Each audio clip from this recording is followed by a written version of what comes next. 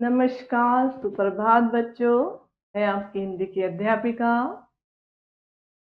कैसे हैं आप सभी? तो आज हम क्या पढ़ेंगे? कक्षा 4 का अध्याय 16 संवाद लेखन। ये संवाद लेखन क्या है? ठीक है, आइए जुड़ते हैं पाठ से। संवाद का अर्थ है बातचीत। जैसे हम बातचीत करते हैं ना, इसको हम क्या कहते हैं? संवाद। देखिए, दो या दो से अधिक लोगों की आपसी बातचीत को लिखना ही संवाद लेखन कहलाता है। क्या होता है संवाद? जब दो या दो से अधिक लोगों की बातचीत,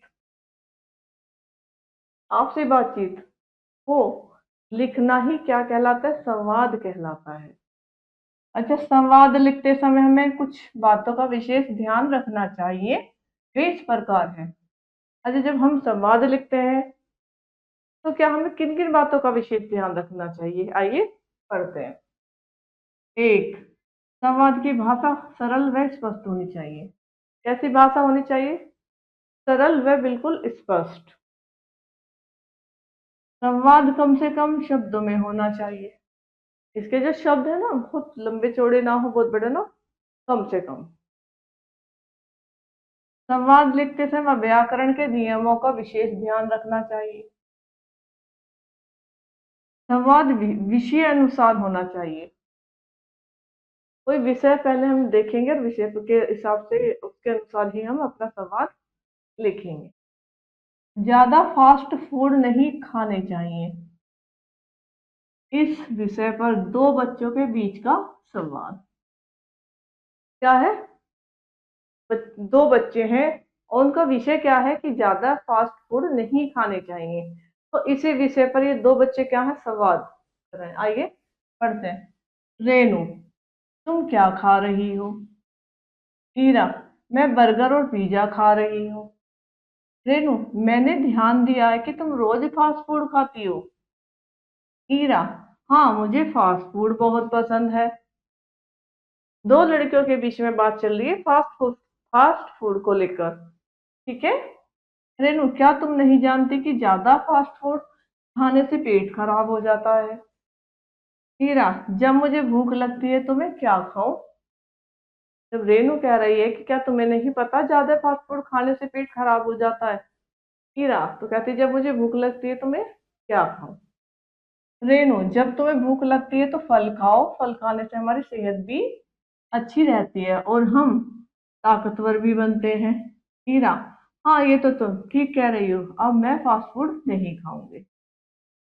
ठीक है। दो लड़कियों के बीच में फास्ट फूड को लेकर क्या था? आपस की बातचीत थी, संवाद था। अब यहाँ देखिए, खेल चयन के विषय पर पिता और पुत्र का संवाद। भाई, जैसे किसी पुत्र पिता का किस बात पर संवाद है, किस बात पर बातचीत है? खेल चयन को, किसे कौन सा खेल लेना है। पिता, बेटा क्या तुमने खेल का चुनाव कर लिया? क्या क्या पूछ रहे हैं? बेटा क्या तुमने खेल का चुनाव कर लिया? पुत्र, पिताजी मुझे समझ नहीं आ रहा कि मैं हॉकी या टेनिस से में से कौन सा खेल चुनूं। पिता, बेटा दोनों खेल अच्छे हैं, दोनों में से प्रतियोगिता है, दोनों में ही क्या है? प्रतियोगिता है। फिर भी वह खेल चुनो जिसमें तुम अच्छा प्रदर्शन करते रहो। देखो, उसने कहा दोनों ही खेल अच्छे हैं, टेनिस भी और कौन सा था? हॉकी। हॉकी। और पिता ने कहा देखो बेटा, ये दोनों खेल अच्छे हैं, टेनिस भी और हॉकी पे, लेकिन तुम उसका चयन करो जिसमें तुम अच्छा प्रदर्शन करते रहो। पुत्र, इस आधार पर मुझे हॉकी को चुनना चाहिए, मैं उसमें हमेशा अच्छा प्रदर्शन करता हूँ। पिता, बिल्कुल बेटा, हमेशा उसमें परिश्रम करो जिसमें तुम्हारी रुचि हो। पिता कह रहे हैं बिल्कुल सही है कि उसमें प्रयत्न करो, परिश्रम करो, इसमें तुम्हारी रुचि हो। मुझे विश्वास है कि तुम हॉकी में अपना और हमारा नाम रोशन करोगे।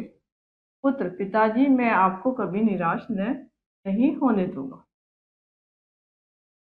तो ये था हमारा संवाद, आपस की बातचीत, हमें कैसे लिखने हैं। यहाँ तक आपको अध्याय समझ में आया? तो आज का अध्याय हमारा यहीं समाप्त होता है।